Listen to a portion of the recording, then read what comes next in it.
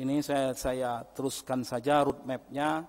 Di sini ada Pak Rektor yang masuk di dalam KIN, Komite Inovasi Nasional, beliau hafal betul ini.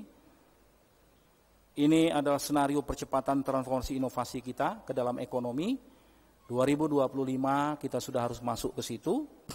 Tidak ada kata lain. Kalau gagal menuju ke transformasi ekonomi yang efisien berbasis kepada inovasi, maka senario yang kita sebutkan tadi itu akan gagal kita capai. Karena kita berada pada negara yang membangun hanya sekedar efisiensi driven ekonomi. Tidak cukup untuk mendorong lebih jauh lagi. Next. Nah, sebagai catatan kita saja. Ini suatu data yang mencemaskan kita.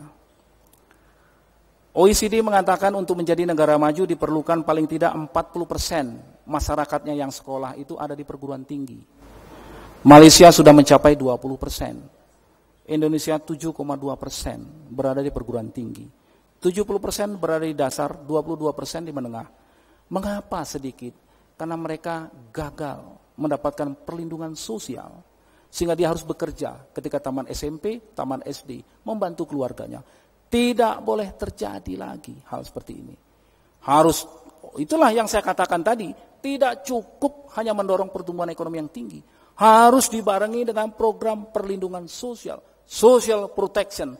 Anak-anak yang tidak mampu memiliki kecerdasan otak harus sekolah, dibiayai oleh negara. Kalau tidak ada skenario percepatan, kita masuk ke dalam perangkap. Ketika pertumbuhan tinggi, tidak cukup anak-anak kita untuk menjadi owner dari pertumbuhan itu. Nah, inilah senario yang luar biasa.